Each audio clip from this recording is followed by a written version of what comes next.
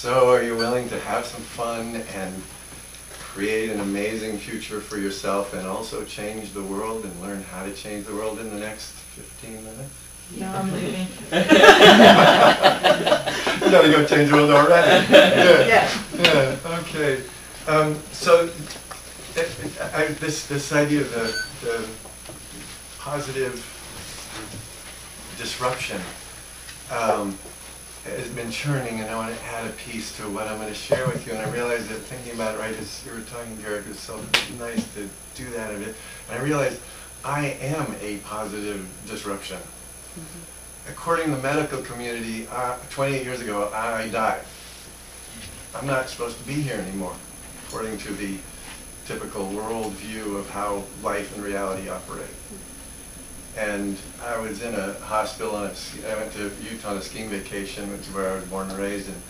And when I got there, my stomach started to hurt, my gut started to, and I said, okay, I got to sleep this off. And went to bed and woke up in the middle of the night sobbing in excruciating pain, like on a 0 to 10, it was about a 15.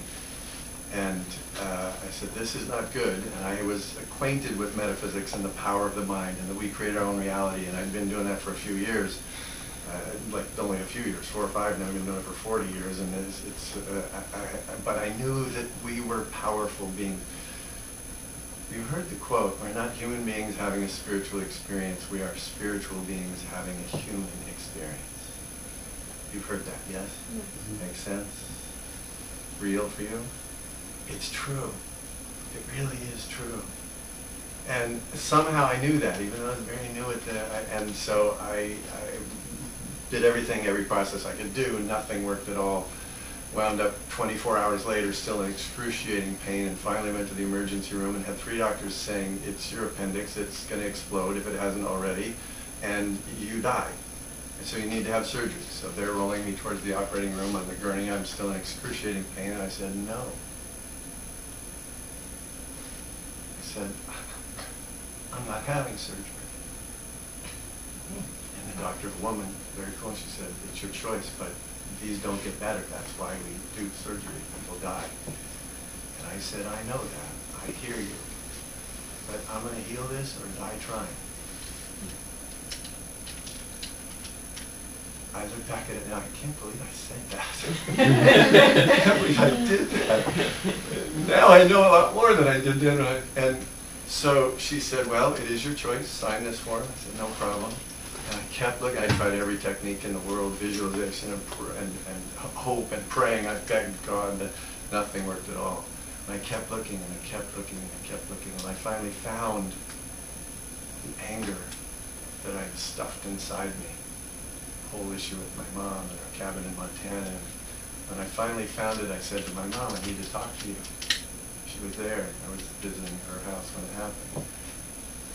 She walked into the room after they got me in the bed, which damn near killed me, just moving from the wheelchair into the bed in the hospital. I couldn't walk to the car even 10 feet away from the door. She came in and I started talking to her about my anger. And while I'm talking, I go, there's something wrong with this picture. Something wrong. God healed completely as I expressed the anger and the hurt and the disappointment and the hopelessness and the fear. Completely, not 80%, and just 100% gone. I'm still here today. So according to the medical world, the literal world, the physical world, stuff that we so get caught in, I'm dead. But according to me, I'm still here positively disrupting. And I would like to help offer you, here's an idea. If you walked into the locker room before the Super Bowl, 33 players suited up, ready to go out and play the biggest game on the planet. And you go in and you say to them, how many of you have a really clear, passionate vision of you and your team winning the Super Bowl and becoming a world champion? There are 33 players in there. And you watch, you ask them the question, and one guy raises his hand. Would you bet on that team? Why not? Are they going to win? No. What's the chance of it? 0. Okay, now the gift, the wisdom that I want to. That is the human race today. 1 out of 33, about 3% of the population, have a clear vision of their own future, and even fewer have a clear vision of the future where the world works. The human team is playing a game that most people do not believe we can win. It's the single biggest problem in humanity. That's why I've devoted my life to it. Back then when I was in the hospital, I had a vision. I wanted to go skiing. I didn't want to have surgery. I didn't want to be recovering from surgery. I was in Utah to go skiing. There's fresh powder that's like this deep in Utah. That's what I wanted. That's what I was clear about. Simplistic goal, but it was potent. Now, I spent 33 years since Lazarus, my favorite spiritual teacher, 33 years ago, made one comment that changed the whole course of my life. He said, the future creates the present. Nodding your head. The future creates the present. A positive disruption, it changes the whole metaphor that we've lived life with for thousands and thousands of years that our past creates us. The future creates the present. It took me years to figure out what that really meant and then to develop it into the future visioning process that I now do with myself, with clients, with my daughter, with individuals, couples, organizations, helping people to create an awesome future and then clear out the blockages to have that happen. What we need to do now as a humanity is do that on a worldwide scale. What would the world look like if everybody on the planet saw a bright future for themselves and for their loved ones and for the people they don't know yet? What would that be like?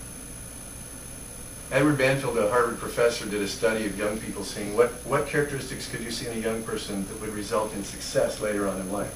And he thought it would be their education, their family, their what side of the tracks they were born on, their native intelligence, their IQ. None of those correlated with success. There was only one factor that he found that was consistently seen in a young person created success later on in their life, and that was their ability to see the future. When they were young, people like Oprah, Richard Branson, think of the people that are really successful, that you admire, successful and powerful, and think about them, listen to their stories. Virtually every one of them, when they were young, they could see their future 10, 15, 20, 30 years out. They saw their success. You imagine it first, then you create it. Mark Victor Hansen, Jack Canfield, the movers and shakers, people, and among us, there are some also. But what I found is that 97%, Buckminster Fuller, in the 1800s, Thomas Malthus went out and surveyed the world and said, the population is growing logarithmically, the food supply is growing arithmetically, and we're going to eat ourselves out of house and home, and humanity is going to fail on the planet Earth. And we believed that not only before then, but he proved it, and we believed it since then, until Bucky Fuller came on in the 1950s. And he said, back then we didn't have the agricultural advancements that we have now. I'm going to go. So he resurveyed the world. And he came back and he said, Malthus was wrong. He said, there are enough resources on the planet Earth for every human being, you, your loved ones, your friends, the people on the other side, every human being to live like a billionaire. We can win the game of life. We live in an abundant universe. We live on an abundant planet.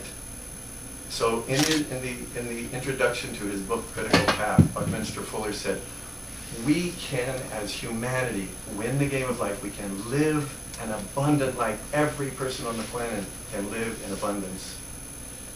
But, the next sentence, he said 99% of the people on the planet do not know that. So if you're one of those players, and you've got the best team in the world, but you don't believe, you can't imagine, you don't know that you can win the game, how are you going to play? Even if you are the best players on the planet, are you going to win the game? No. So is the human race, if we can't imagine the human race winning, and everyone being happy and healthy, can we win this game? Can we? No. No. So let's try an experiment. I want you to feel, because the concept is important. You get the concept, but then I want you to experience it. So if you would stand for just a moment, and you're watching, And also, try this, try it out. Okay, I want you to imagine that there are lots of futures, and you know there are lots of futures, right? Yes. An infinite number of futures that you can create? Yeah. Okay, imagine there are 5 doorways leading to the future. Doorway number 1, 2, 3, 4, and 5 across here. Doorway number 1 leads to the awful futures. The painful, difficult, terrible, like where I was in a hospital, this is not a good future. Doorway number 2 leads to the mediocre futures. That's what we're programmed for. That's what the average person in life is raised to believe, that this is, well, you just get through life, life's a bitch, and then you die. That's what most of us, even, oh, you have a few good years, but then you get old and things fall apart. Mediocre is what we're programmed for. Luckily, there are 3 more doorways.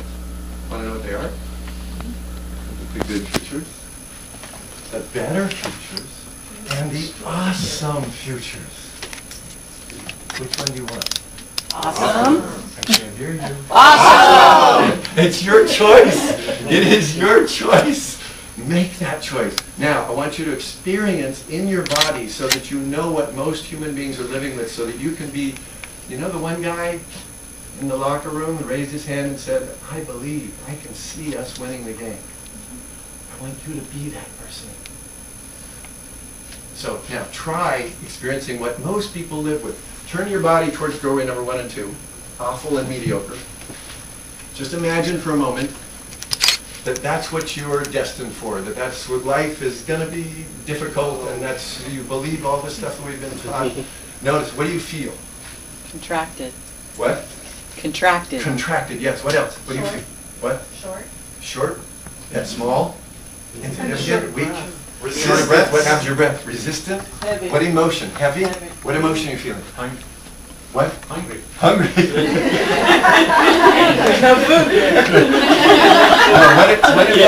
What emotion are you hungry for? What? There is a deep, a desperate hunger in this. If you had to live with that for the rest of your life, if that was your future,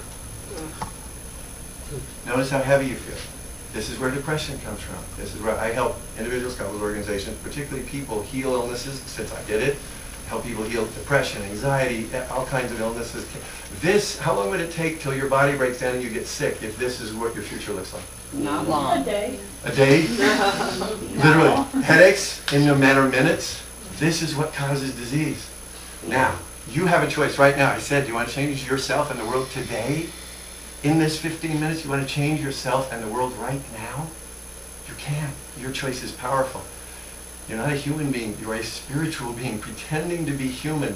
And if you remember that, your choice is powerful. So right now, on your own timing, make the choice. I forget, which door did you actually want? Awesome. Okay, make that choice. And turn your body. Can you hear the breathing in the room?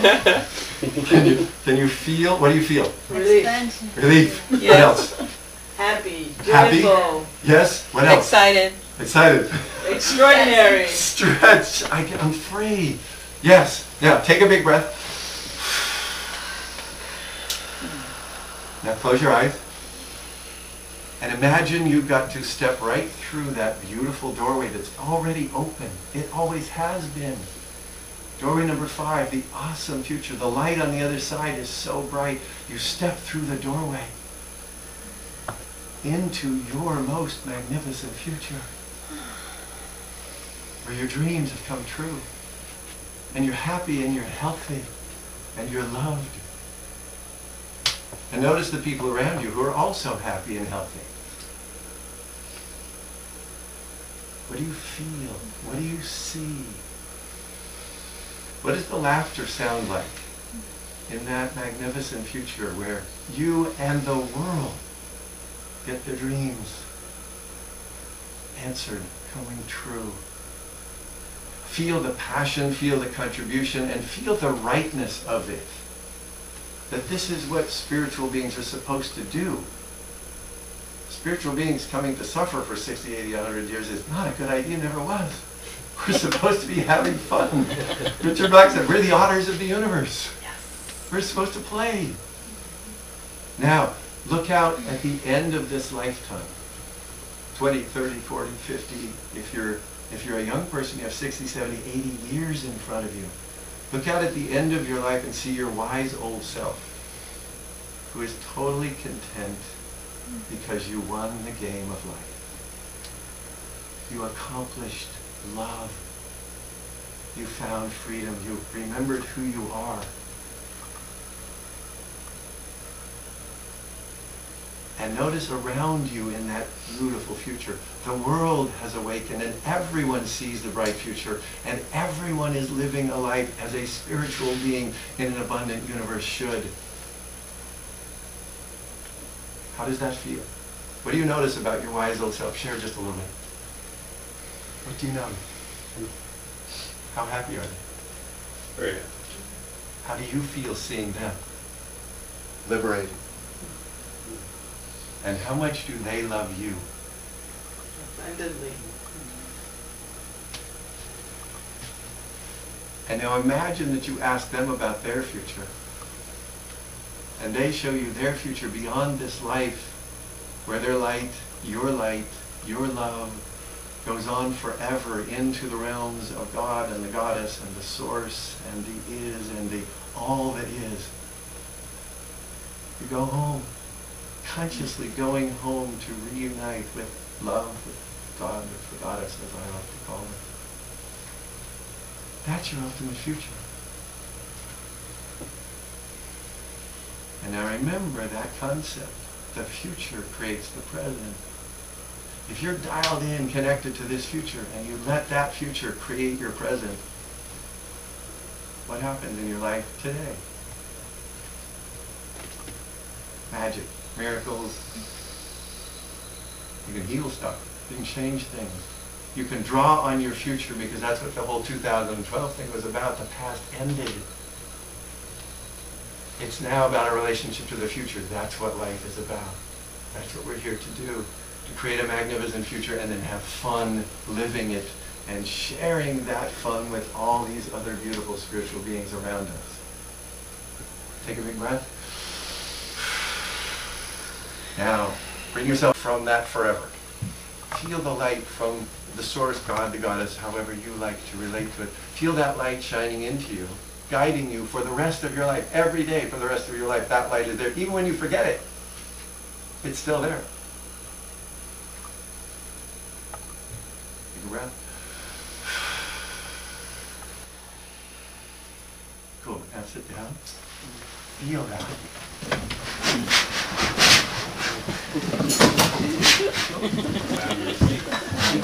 And now imagine you are that person. On the human team, you're the one who has a vision now. What would happen if you shared an incredible vision of the future with everyone that you know and helped them to trust, to see, to feel, to know that we can win the game of life on earth, that we came here to have fun. That's what spiritual beings do. What would happen if you were the one and you taught the rest of the team? So now imagine you walked into the locker room a year later, and that one person who had the vision, had passion, knew how powerful the future was, you just experienced the power of the future. From here to here in a matter of seconds, you change from depressed and anxious and small and contracted to joyful and that fast.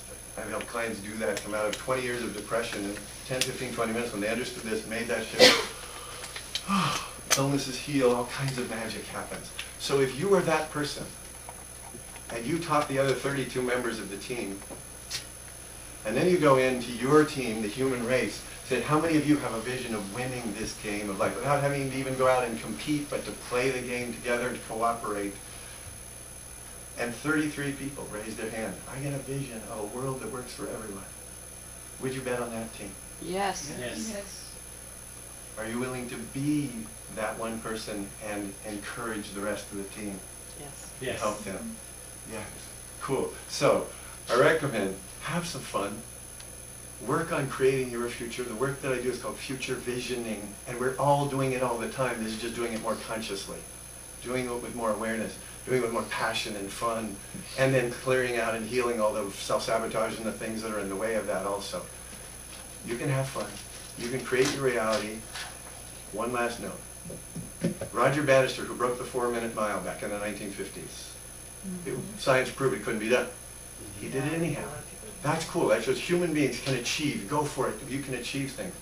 But the incredible part was, when he did that, within hours, people all over the planet started breaking the 4-minute mile. They'd never heard of him. We're all connected. The psychic internet, the love internet, that we're all connected. People around the world started breaking because he changed. So what you did right now changed the world. There are women and men on the other side of the planet right now who are feeling more hopeful about life and about the future, and they'll never know your name. They won't know that you added that piece of the morphogenic field. We're all connected. So you just opened your future, changed your own life, and changed the world. Thank you. Thank you.